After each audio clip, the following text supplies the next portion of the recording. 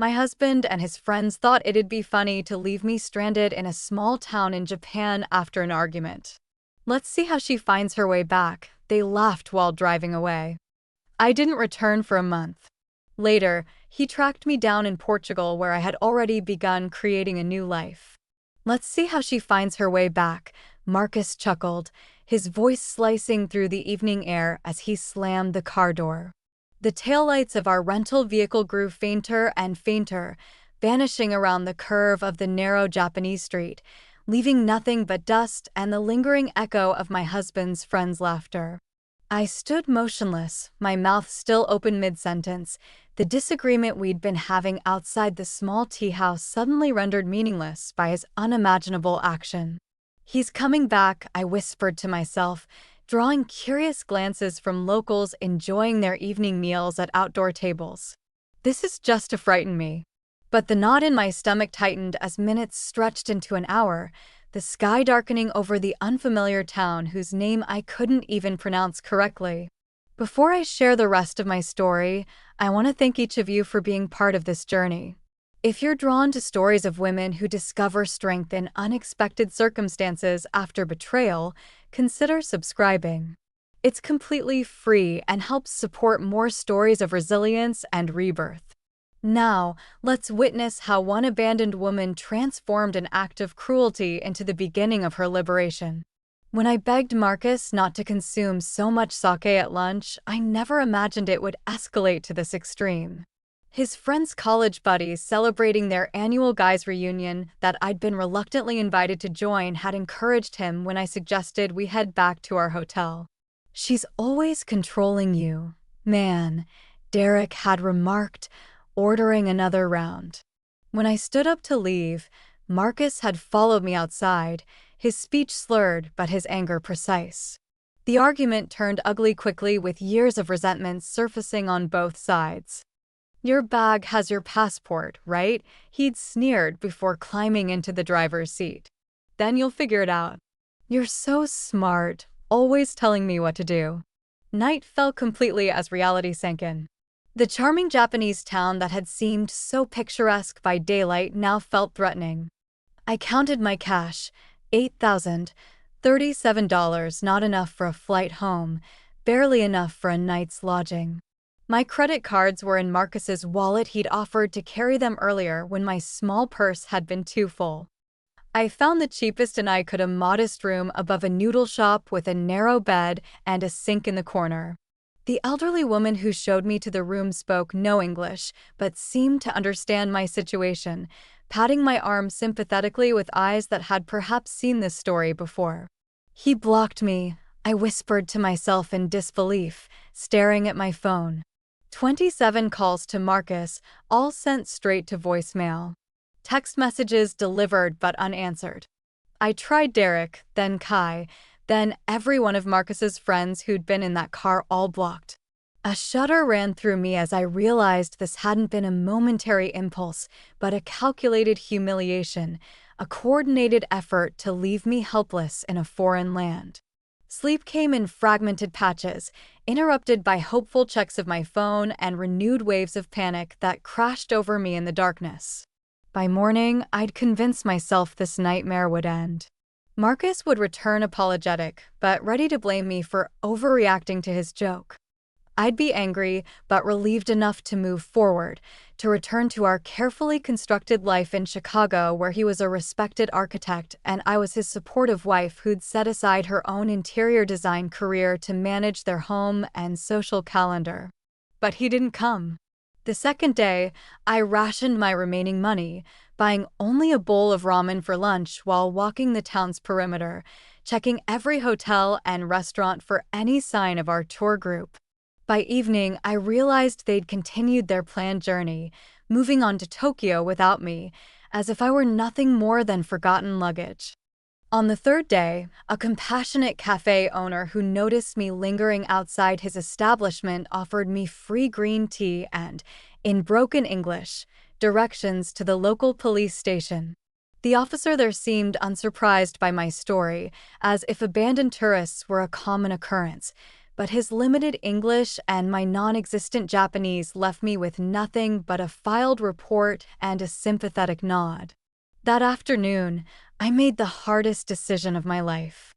Standing before a cramped pawn shop window, I twisted off my wedding ring the 3-carat diamond Marcus had upgraded on our 5th anniversary, replacing the modest band we'd started with.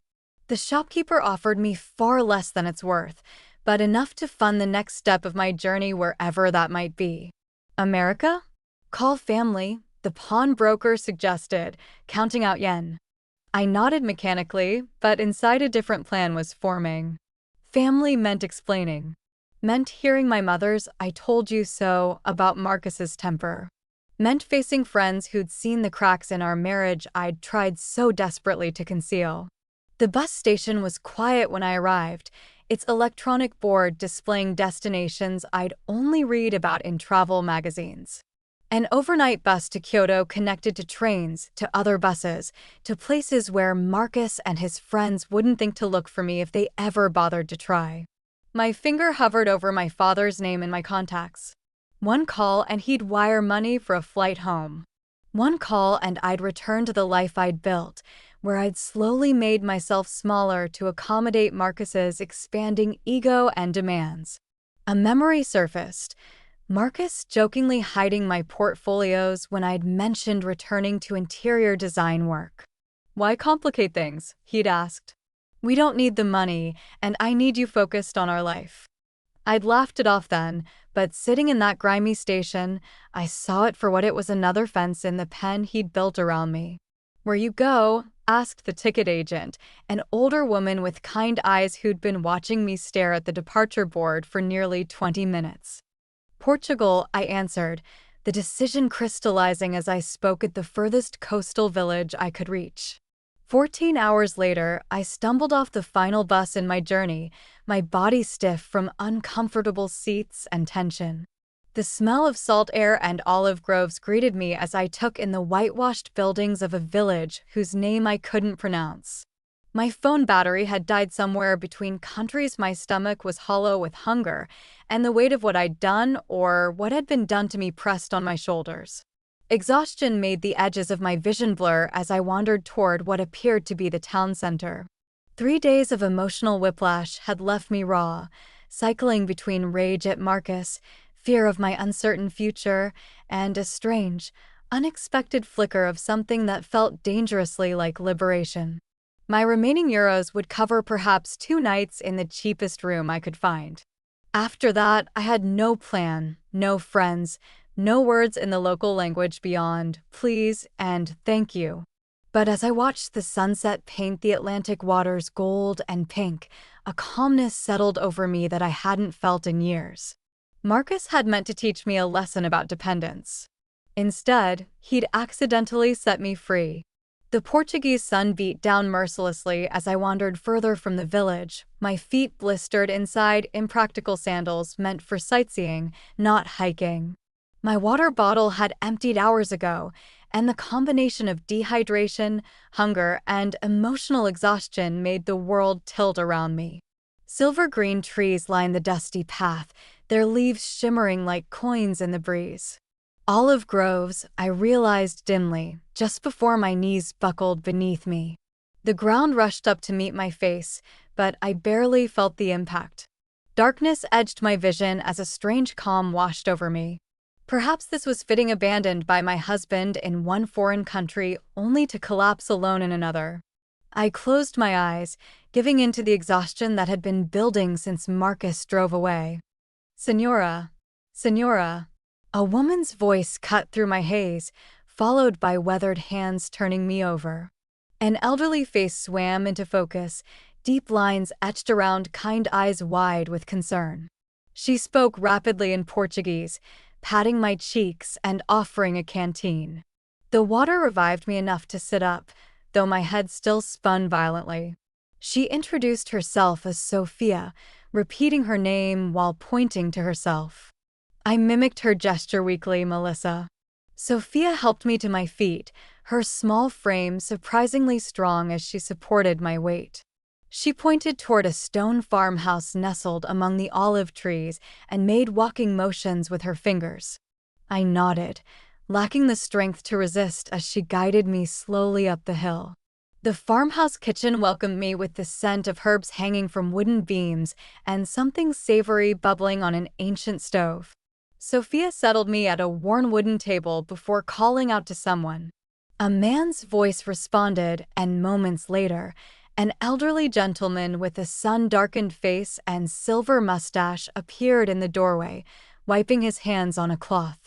"Antonio," Sophia said, pointing to him. Her husband nodded at me cautiously, his eyes questioning but not unwelcoming.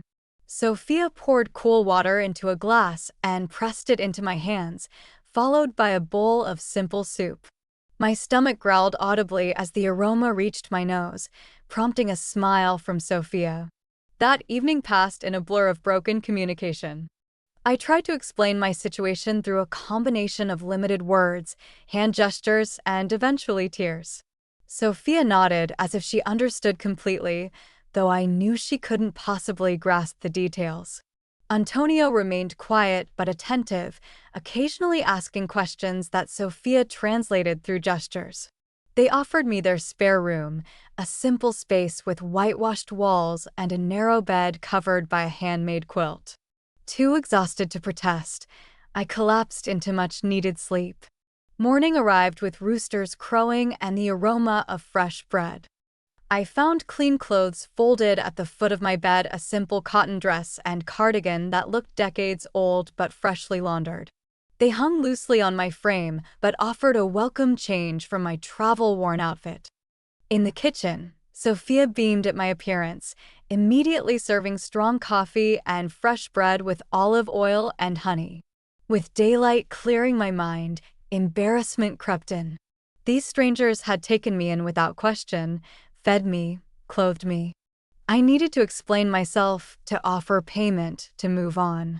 Through broken English and the translation app on my phone now charged thanks to an adapter Antonio had produced, I attempted to convey my gratitude and intention to return to the village.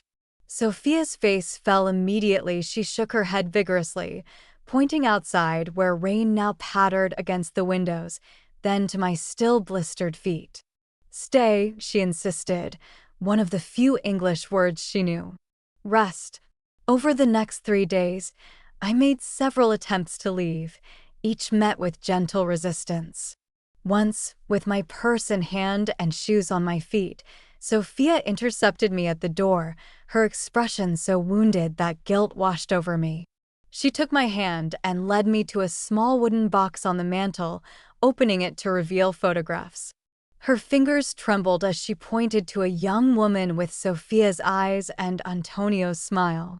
"Luisa," she said softly, then pointed far away.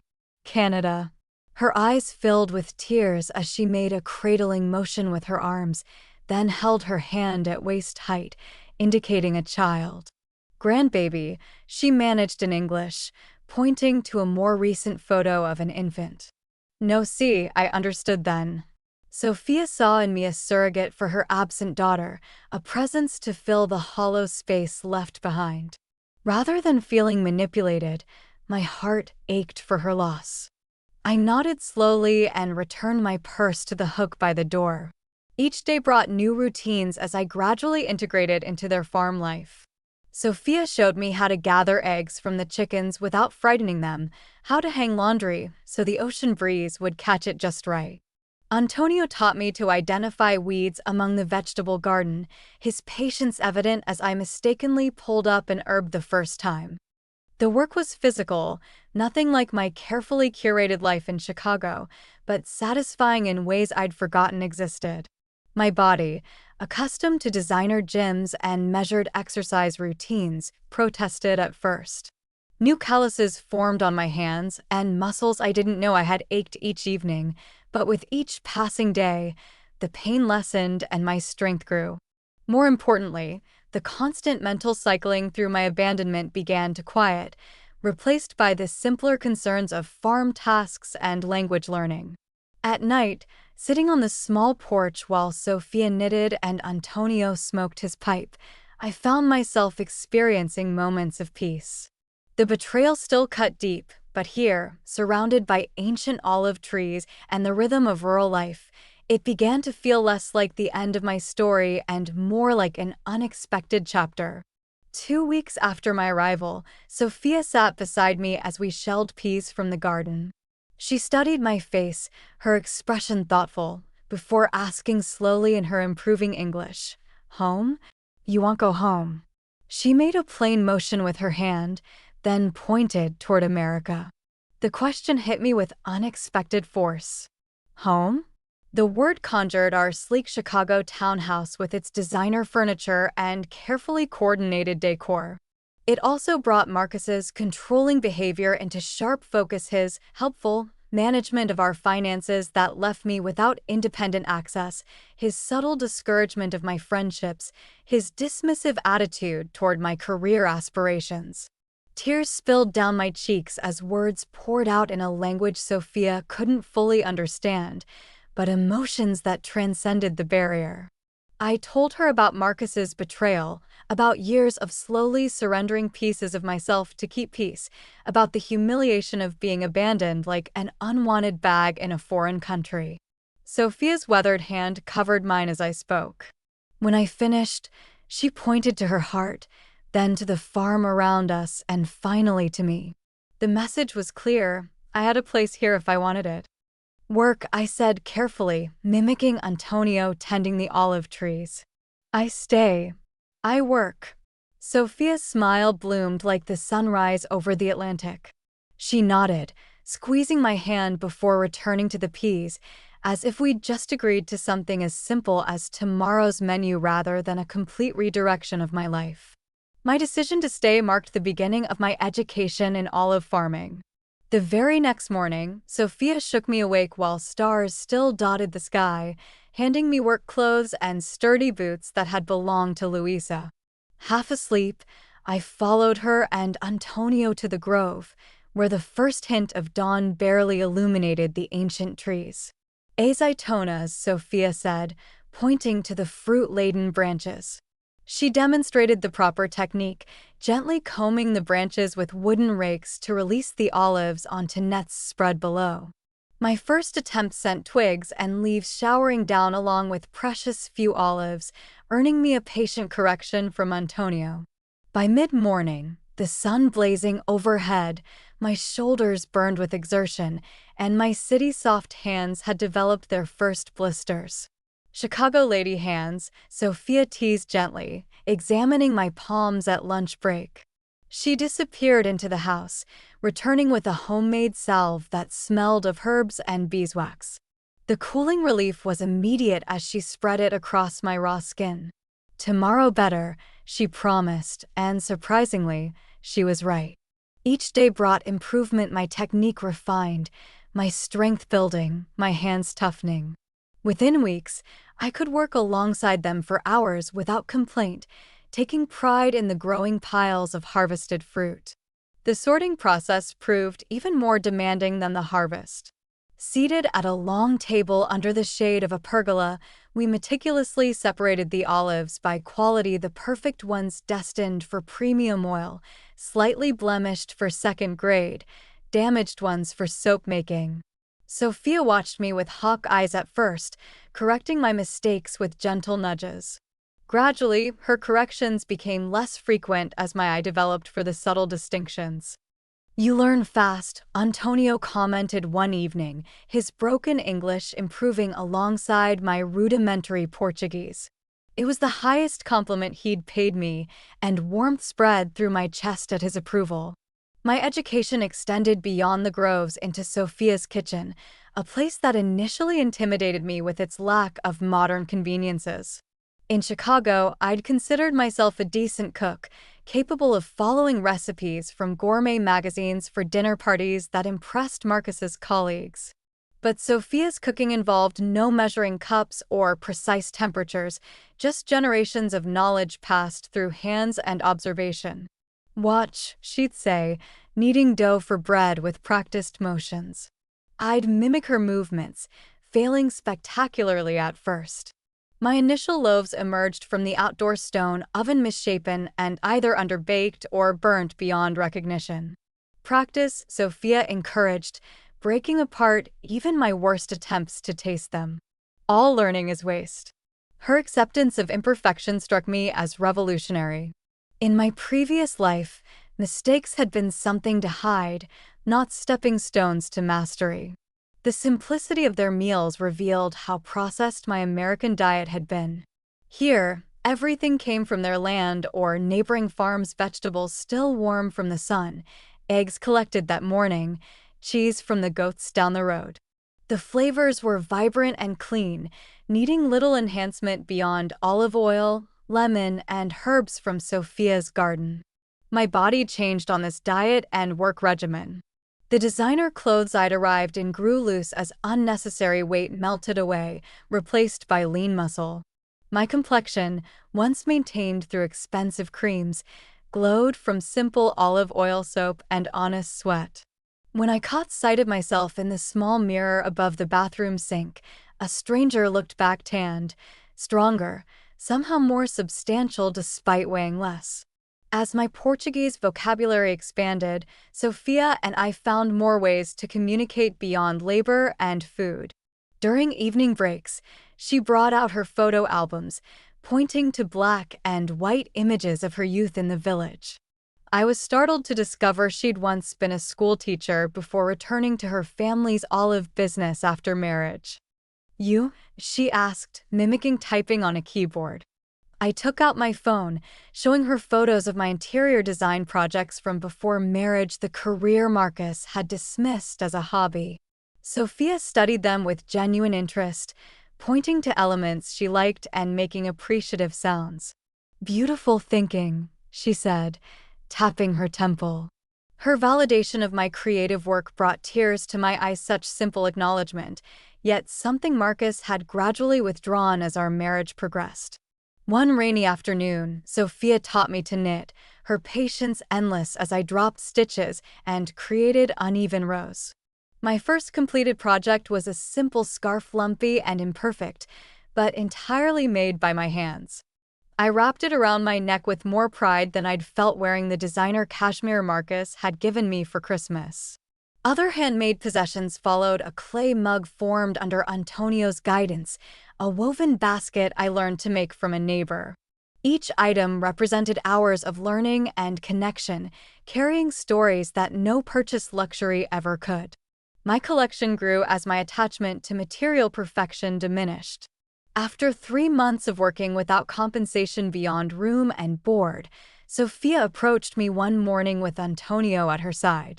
They led me to the small building where they pressed and bottled their olive oil, showing me the modest inventory they produced from our harvest.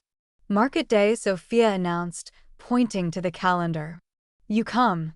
The village market bustled with activity, farmers and artisans displaying their goods while locals and the occasional tourist browsed among the stalls. Sophia and Antonio set up their simple table, arranging bottles of golden green oil alongside olive soap and jars of preserved olives. To my surprise, they positioned me at the front of the table, encouraging me to speak with customers. My broken Portuguese and their limited English created moments of confusion and laughter, but sales steadily accumulated throughout the day. As the market closed, Sophia handed me an envelope containing euros. "Your part," she said simply. "Fair work, fair pay." I stared at the modest sum, perhaps enough for a single meal at the restaurants Marcus and I had frequented, yet this money represented something I hadn't possessed in years. Independence earned through my own labor, no strings attached. No subtle expectations of gratitude or compliance, just fair compensation for honest work. That night, I placed the envelope under my pillow, occasionally reaching to touch it as if to confirm its reality. In our decade of marriage, Marcus had gradually taken control of our finances to simplify things, leaving me with credit cards linked to accounts he monitored. This small stack of euros represented the first step toward rebuilding a life that belonged fully to me. As I drifted toward sleep, I realized I hadn't thought about Marcus at all during market day. my mind too occupied with Portuguese phrases for transactions and pride in our products. The space he'd occupied in my thoughts had shrunk, replaced by olive groves, kitchen lessons, and the growing certainty that I was capable of far more than he had ever allowed me to believe.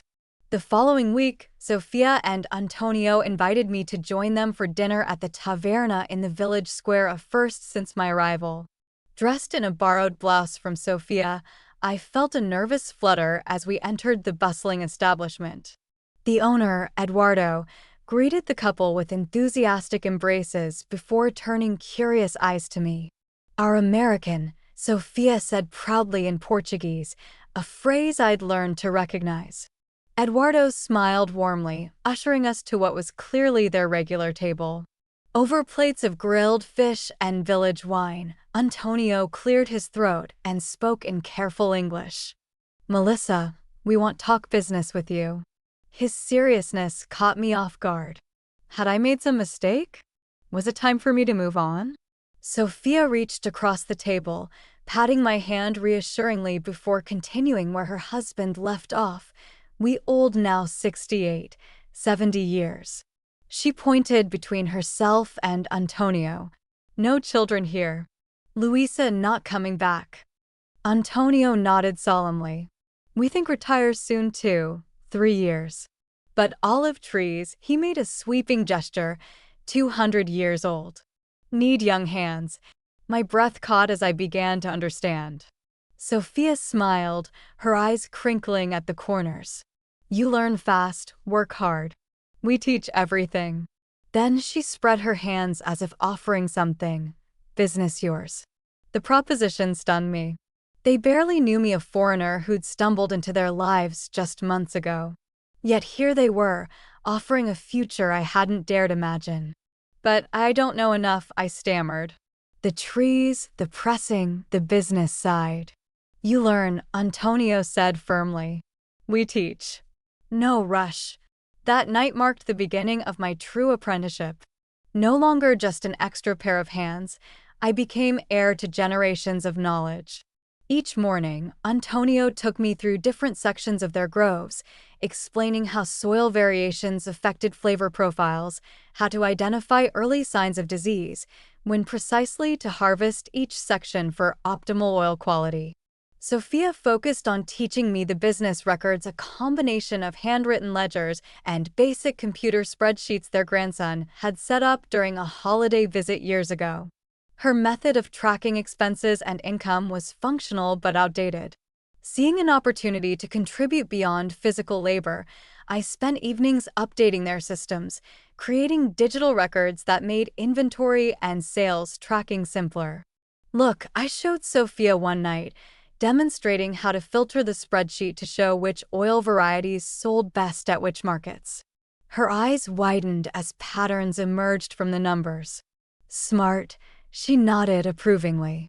"Chicago lady brain, good for business." With their blessing, I began implementing small marketing improvements. Our hand-labeled bottles received updated tags with information about flavor profiles and food pairings, knowledge I'd gleaned from countless cooking lessons with Sofia. I created a simple brochure about their traditional methods, answering the questions tourists frequently asked at our market stand. My improving Portuguese helped forge connections beyond Sofia and Antonio's immediate circle. The pharmacist who provided Sofia's blood pressure medication began stopping by our market stall for conversations that extended beyond transactions. The baker's wife invited me to join her weekly coffee gathering with other village women, an intimidating but invaluable immersion in local language and customs. Eduardo from the taverna became an unexpected ally when he began featuring our premium oil as a table offering, placing small cards with our new labels prominently on each table. "Good for you, good for me," he explained with a wink when I thanked him. Word spread, and soon 2 other restaurants in neighboring towns contacted us about supplying their establishments. 6 months into my new life, I attended the baptism of the butcher's granddaughter, my first formal village celebration. Standing in the back of the small church, I watched the community ritual with a lump in my throat. The elderly priest noticed my presence and made a point of greeting me afterward, switching to halting English learned during seminary in Lisbon. "You bring new life to Old Grove," he said, his roomy eyes twinkling. "Good for Village. Young people leave for Lisbon, for America. Village needs new blood." His acceptance seemed to remove the last barrier. Invitations flowed more freely after that to name day celebrations, impromptu gatherings at the beach, even a village committee meeting about the upcoming summer festival. Each event wove another strand into the web of connection holding me in place. Joanna, the weaver whose stall stood beside ours at the weekly market, became a particular friend. 40-something and widowed young, she possessed a sharp wit and pragmatic outlook that reminded me of my college roommate. Our conversations, conducted in my improving Portuguese and her excellent English, ranged from business strategies to village gossip to more personal reflections. "You never speak of America," she observed one quiet afternoon as we packed up our unsold goods. "Family there? Friends?" The question pierced me unexpectedly. I'd grown so focused on building my new life that I'd pushed thoughts of my old one aside. "My parents died years ago.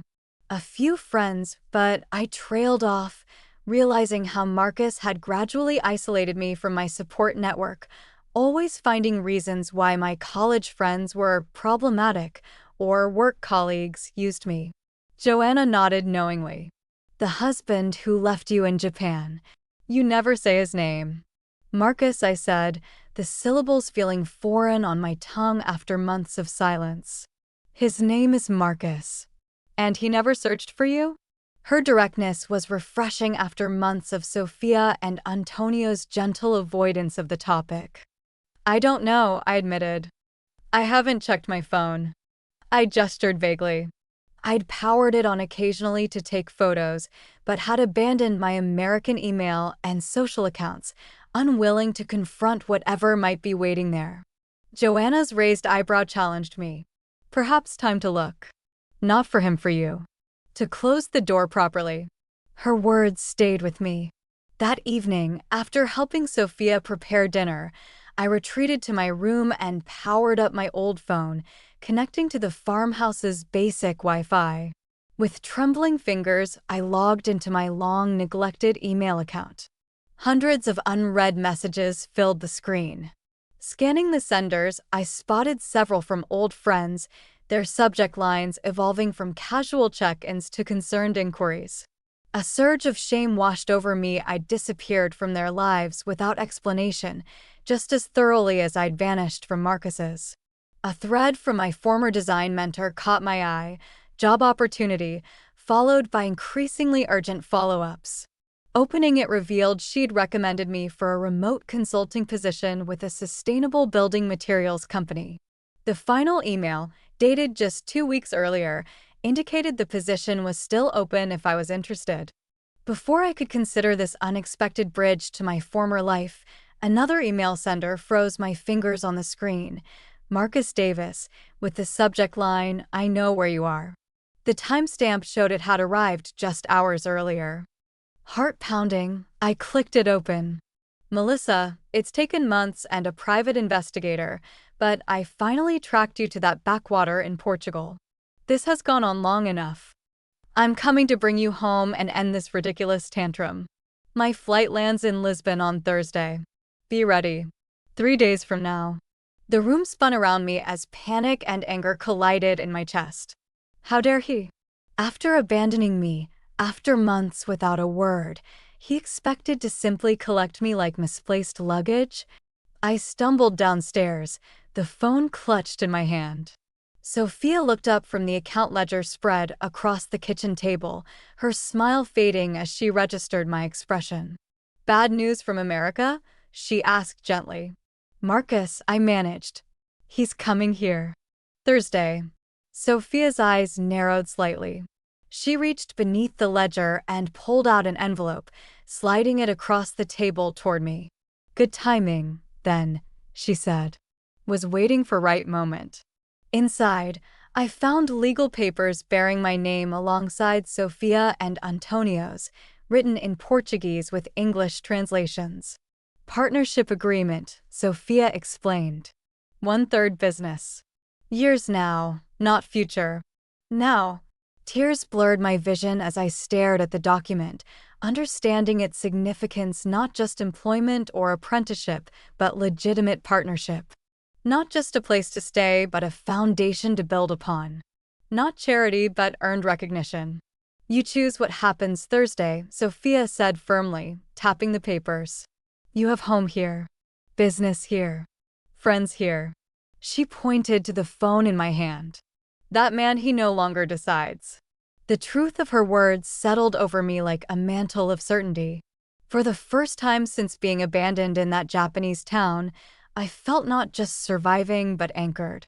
Marcus was coming, but he would find a very different woman than the one he'd left behind.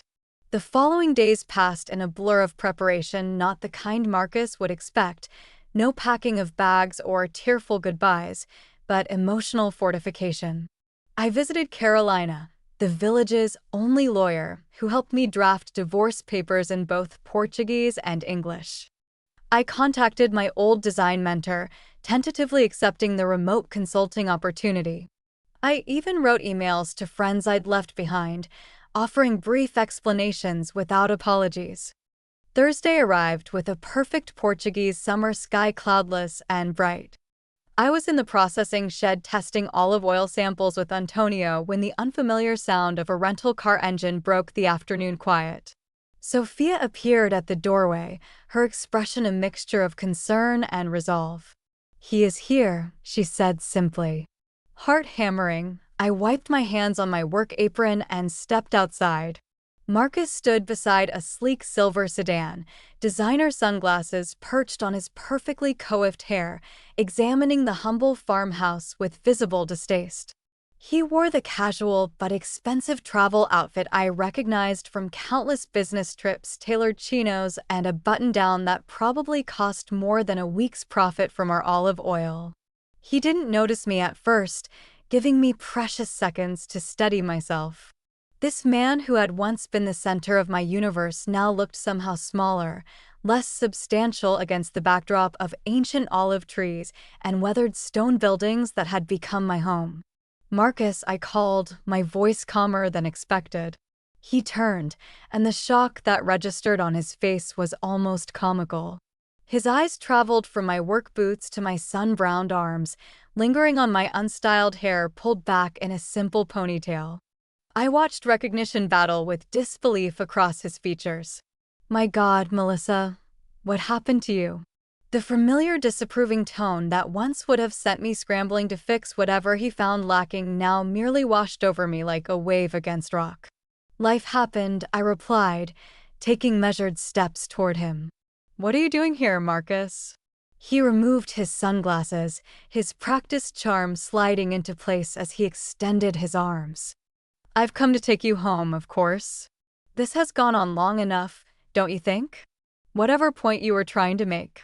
This isn't about making a point, I interrupted, stopping well outside his reach. This is about making a life. His smile faltered. Behind me, I heard the quiet shuffling of Sophia and Antonio emerging from the house. Though they couldn't understand our words, they positioned themselves within view, silent guardians ready to intervene if needed. Marcus noticed them, his expression hardening. Are these the people you've been staying with? Have they been holding you here? Because if so, they've been teaching me, I cut in, about olive farming, about community, about kindness without conditions. I gestured toward the groves surrounding us. I'm part owner now. I have a business here. Disbelief crossed his face, followed quickly by the condescension I knew all too well. A business? Melissa, be serious. You're a designer, not a farmer. This is what some eat, pray, love, phase after our fight? I admit I shouldn't have left you in Japan. It was a stupid, drunken mistake. I've apologized. Now it's time to come home. You've apologized? I echoed. When? In what universe does tracking me down and demanding I return count as an apology? His jaw tightened, the charm evaporating. Fine. I'm sorry I left you in Japan. It was immature and wrong. Is that what you want to hear? Can we move past this now? Why did you even look for me, Marcus? It's been months. Why now? He shifted uncomfortably, glancing at the elderly couple watching us intently. Can we discuss this privately? In the car, perhaps? They don't speak English, and I have nothing to hide from them. Why now? His shoulders slumped slightly. Your parents' friends have been calling. Friends asking questions. At events, clients wondering why you're not at the house when they visit. It looks, he trailed off. Bad for your image, I finished for him. Our image, he corrected sharply. Our life together. The one we built over 10 years of marriage. The one you built, I countered. The one where I gradually became nothing more than an accessory to your success. Tell me, Marcus, did you even notice how unhappy I was before Japan? Did you care? His expression darkened. We had a good life, Melissa. A beautiful home. Financial security. Respect in the community. What more could you possibly want? Purpose. Connection. Agency over my own choices. I gestured to the small stone house behind me. I found all three here, in a place you dismiss as primitive and backward. This isn't you, he insisted, desperation edging into his voice. The Melissa I know wouldn't choose manual labor and poverty over comfort and position. I smiled, recognizing the fundamental truth in his statement. You're right. The Melissa you knew wouldn't have. But that woman died in Japan when her husband abandoned her as a joke. The woman standing before you made different choices. Sophia approached then, pressing something into my hand, the partnership agreement we'd signed. Though she couldn't follow our words, she'd sensed the moment had come. I unfolded the document and held it toward Marcus. I have legal ties here now. A business partnership, responsibilities to people who value me for my contributions, not my appearance or social connections. His face flushed with anger. This is ridiculous. Whatever game you're playing. It's not a game, I said, reaching into my pocket for the envelope Carolina had prepared. These are divorce papers, Marcus. Already filed, with provisions for division of assets. He stared at the envelope as if it might burn him. You can't be serious. I am. You'd throw away everything for this. He gestured dismissively at the modest farm. I'm not throwing away anything. I'm choosing something better, something real. I stepped forward, placing the envelope in his rigid hand. You left me, Marcus.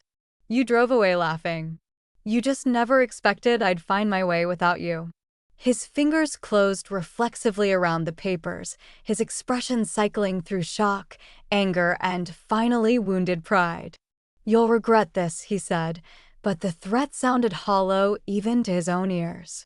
When the novelty wears off and you're still hauling olives in the hot sun at 60, you'll remember what you gave up. Maybe I conceded.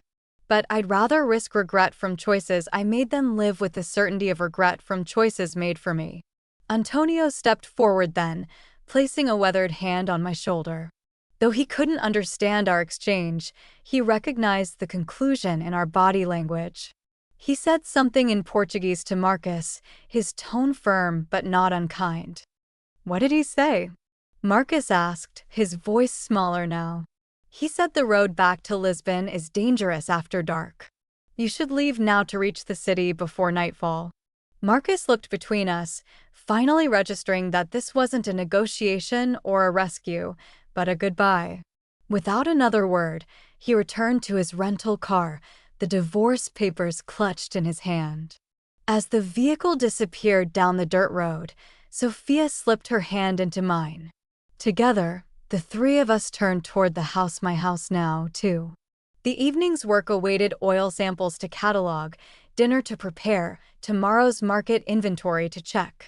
My husband had once abandoned me in a foreign country, assuming I'd be helpless without him, assuming I'd come crawling back once I'd learned my lesson. Instead, I'd found fertile ground to plant new roots, stronger and deeper than he could have imagined. Sometimes the cruelest actions yield the greatest gifts. Trying to break me, Marcus had accidentally set me free.